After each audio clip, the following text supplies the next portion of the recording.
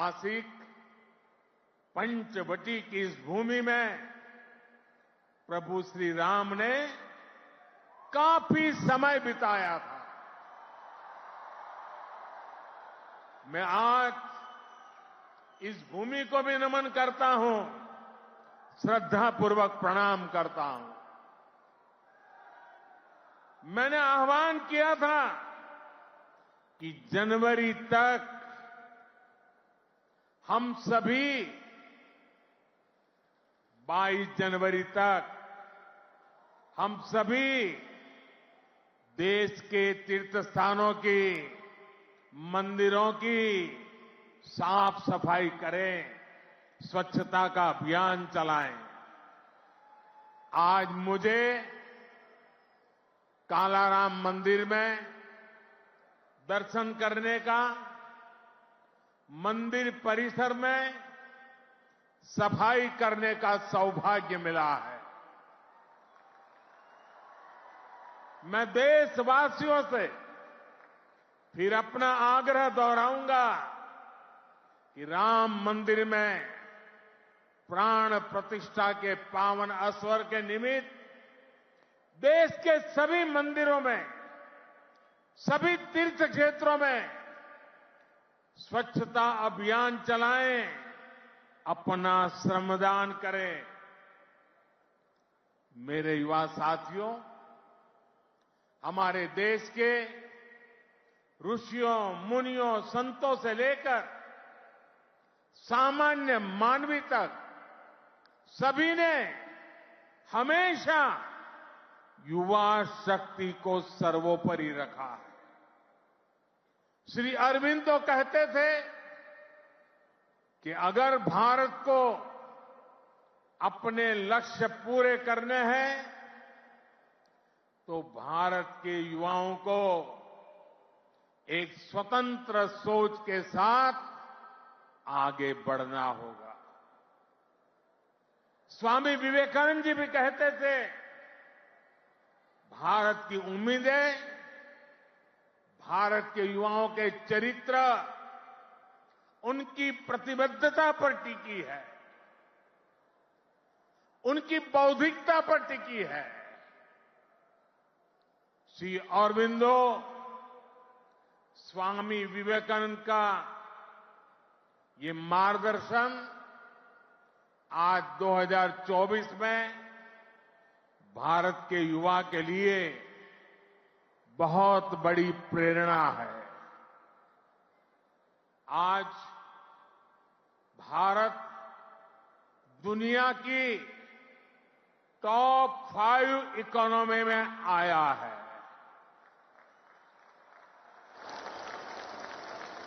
तो इसके पीछे भारत के युवाओं की ताकत है। आज भारत दुनिया के टॉप 3 स्टार्टअप इकोसिस्टम में आया है, तो इसके पीछे भारत के युवाओं की ताकत है। आज भारत एक से बढ़कर एक इनोवेशन कर रहा है। आज भारत रिकॉर्ड पेटेंट फाइल कर रहा है। आज भारत दुनिया का बड़ा मैन्युफैक्चरिंग हब बन रहा है। तो इसका आधार भारत के युवा है, भारत के युवाओं का सामर्थ्य है। साथियों, समय हर किसी को अपने जीवन काल में एक सुनहरा मौका जरूर देता है। भारत के युवाओं के लिए समय का वो सुनहरा मौका अभी है। अमृत काल का ये कालखंड है। आज आपके पास मौका है इतिहास बनाने का। इतिहास में अपना नाम दर्ज कराने का। आप याद करिए, आज भी हम सर एम विश्वेश्वरैया की याद में इंजीनियर्स डे मनाते हैं। उन्होंने 19वीं और 12वीं शताब्दी में अपना जो इंजीनियरिंग कौशल दिखाया, उसका आज भी मुकाबला मुश्किल है। आज भी हम मेजर ध्यानचंद को याद करते हैं। उन्होंने हॉकी की स्टिक से जो जादू दिखाया, वो आज तक लोग भूल नहीं पाए। आज भी हम भगत सिंह, चंद्रशेखर आजाद, बटुकेश्वर दत्त जैसे अनगिनत क्रांतिकारियों को याद करते हैं। उन्होंने अपने पराक्रम से अंग्रेजों को पस्त करके रख दिया था। आज हम महाराष्ट्र की वीर भूमि पर हैं। आज भी हम सभी महात्मा फुले लिए याद कर रहे हैं, क्योंकि उन्होंने शिक्षा को सामाजिक सशक्तिकरण का एक माध्यम बनाया। आजादी के पहले के कालखंड में ऐसे सभी महान व्यक्तित्वों ने देश के लिए काम किया। वो जिए तो देश के लिए, वो जूझे तो देश के लिए, उन्होंने सपने संजोए तो देश के लिए, उन्होंने संकल्प किए तो देश के लिए, और उन्होंने देश को नई दिशा दिखाई। अब अमृतकाल के इस कालखंड में आज वो दायित्व आप सभी मेरे युवा साथियों के कंधों पर है। अब आपको अमृतकाल में भारत को एक नई ऊंचाई पर ले जाना। आप ऐसा काम करिए कि अगली शताब्दी में उस वक्त की पीढ़ी आपको याद करे, आपके पराक्रम को याद करे। आप अपने नाम को भारत और पूरी दुनिया में, दुनिया के इतिहास में स्वर्ण अक्षरों में लिख सकते हैं। इसलिए मैं आपको 21वीं सदी के भारत की सबसे सौभाग्यशाली पीढ़ी मानता हूं। मैं जानता हूं आप ये कर सकते हैं। भारत के युवा ये लक्ष्य हासिल कर सकते हैं। मेरा सबसे ज्यादा भरोसा आप सभी पर है, भारत के युवाओं पर है। मैं मेरा युवा भारत संगठन से जिस तेजी के साथ देश के कोने कोने में युवा जुड़ रहे हैं, उससे भी बहुत उत्साहित हूं। मेरा युवा भारत, माय भारत संगठन की स्थापना के बाद ये पहला युवा दिवस है। अभी संगठन को बने 75 दिन भी पूरे नहीं हुए हैं और 1 करोड़ 10 लाख के आसपास युवा इसमें अपना नाम रजिस्टर करा चुके हैं।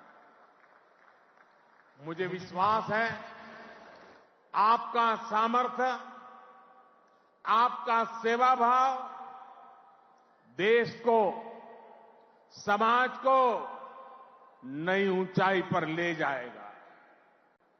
आपका प्रयास, आपका परिश्रम युवा भारत की शक्ति का पूरी दुनिया में परचम लहराएगा। मैं माय भारत संगठन में रजिस्टर कराने वाले सभी युवाओं का आज विशेष अभिनंदन करता हूं और मैं देख रहा हूं माय भारत में रजिस्ट्रेशन में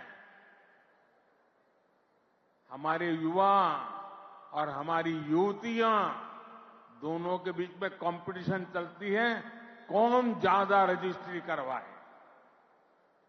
कभी युवक आगे निकल जाते हैं, कभी युवतियां आगे निकल जाती हैं। बड़ी जोरों की स्पर्धा चल रही है। साथियों, हमारी सरकार को अब 10 साल हो रहे हैं।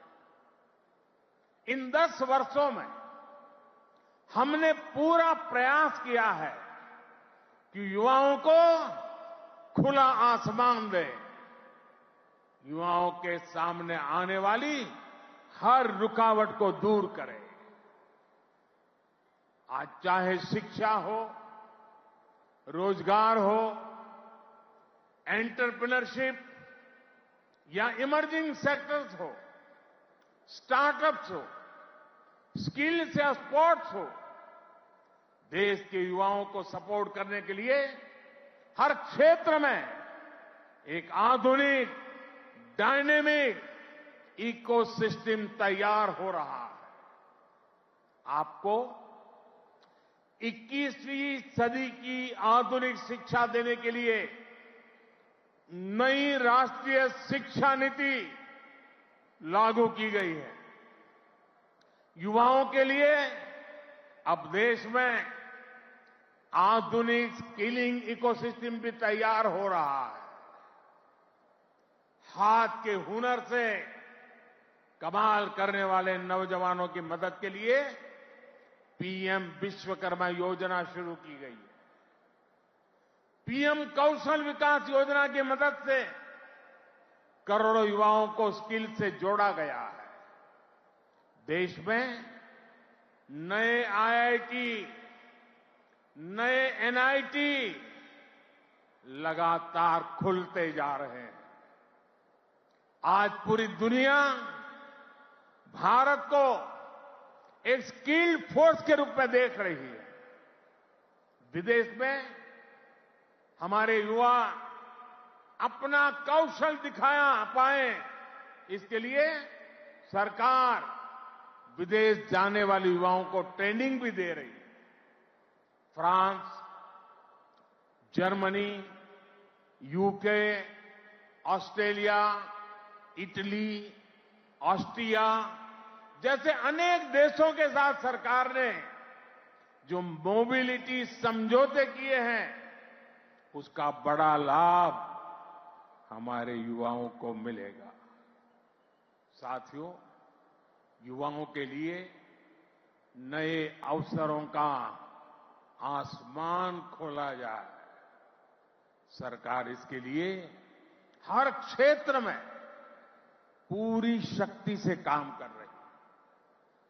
देश में ड्रोन सेक्टर के लिए नियम सरल बनाए गए हैं। सरकार आज एनिमेशन, विजुअल इफेक्ट्स, गेमिंग और कॉमिक सेक्टर्स को प्रमोट कर रही है।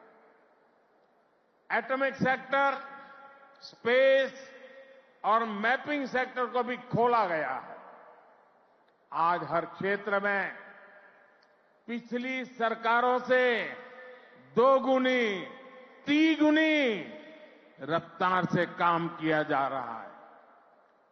ये जो बड़े बड़े हाईवे बन रहे हैं, वो किसके लिए है? आपके लिए, भारत के युवाओं के लिए।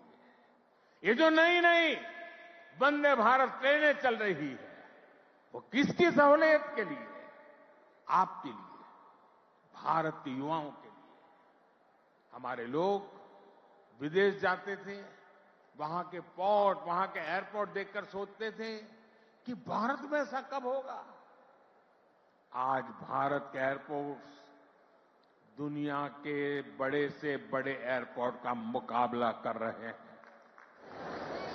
कोरोना के समय आपने देखा है विदेशों में वैक्सीन के सर्टिफिकेट के नाम पर कागज थमाया जाता है।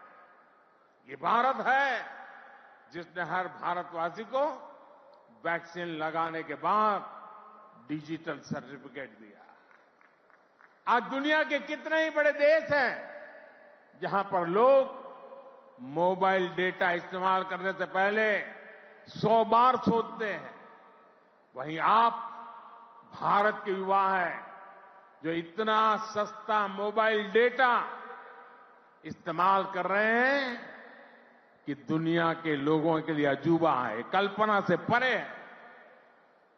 साथियों, आज देश का मिजाज भी युवा है और देश का अंदाज भी युवा है, और जो युवा होता है वो पीछे नहीं छोड़ता, पीछे नहीं चलता, वो स्वयं लीड करता है। इसलिए आज टेक्नोलॉजी की फील्ड में भी भारत फ्रंट से लीड कर रहा है। चंद्रयान और आदित्य L1 उसकी सफलता हमारी आंखों के सामने। Made in India INS Vikrant जब समंदर की लहरों से टकराता है तो हम सभी का सीना चौड़ा हो जाता है। जब लाल किले से मेड इन इंडिया तोप गरजती है तो देश में एक नई चेतना जग जाती है। जब भारत में बना फाइटर प्लेन तेजस आसमान की ऊंचाई नापता है तो हम गर्व से भर जाते हैं।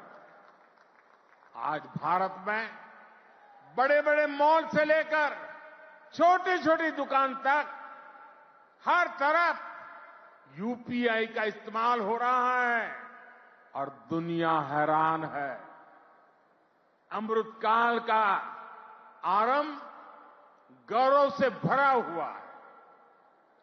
अब आप युवाओं को इस अमृतकाल में इससे भी आगे लेकर जाना है, विकसित राष्ट्र बनाना है। साथियों, आपके लिए ये समय सपनों को विस्तार देने का समय है। अब हमें केवल समस्याओं के समाधान नहीं खोजने हैं, हमें केवल चुनौतियों पर विजय नहीं पानी है, हमें खुद अपने लिए नए चैलेंजेस तय करने होंगे। हमने 5 ट्रिलियन इकोनॉमी का लक्ष्य सामने रखा है। हमें दुनिया की तीसरी सबसे बड़ी अर्थव्यवस्था बनना है। हमें आत्मनिर्भर भारत अभियान के सपने को सिद्धि देनी है। हमें सर्विसेज और IT सेक्टर की तरह भारत को विश्व का मैन्युफैक्चरिंग हब भी बनाना है। इन आकांक्षाओं के साथ साथ भविष्य के प्रति हमारी जिम्मेदारियां भी है। जलवायु परिवर्तन की चुनौती हो, प्राकृतिक खेती को बढ़ावा देना हो, हमें लक्ष्य बनाकर तय समय में इन्हें प्राप्त करना है। साथियों, अमृतकाल की आज की युवा पीढ़ी पर मेरे विश्वास की एक और वजह है, और वो खास वजह है। इस कालखंड में देश में वो युवा पीढ़ी तैयार हो रही है जो गुलामी के दबाव और प्रभाव से पूरी तरह मुक्त है।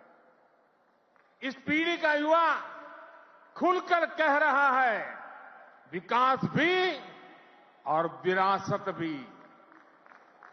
ये लोग आयुर्वेद तो हमारे देश में योग हो या आयुर्वेद हो, हमेशा भारत के लिए एक पहचान के रूप में रहा है। लेकिन आजादी के बाद इन्हें ऐसे ही भुला दिया गया। आज दुनिया इन्हें स्वीकार कर रही है। आज भारत का युवा योग आयुर्वेद का ब्रांड एम्बेसडर बन रहा है। साथियों, आप अपने दादा दादी, अपने नाना नानी से पूछिएगा, वो आपको बताएंगे कि उनके दौर में रसोई में बाजरे की रोटी, कोदो, कुटकी, रागी, ज्वार यही तो हुआ करता था।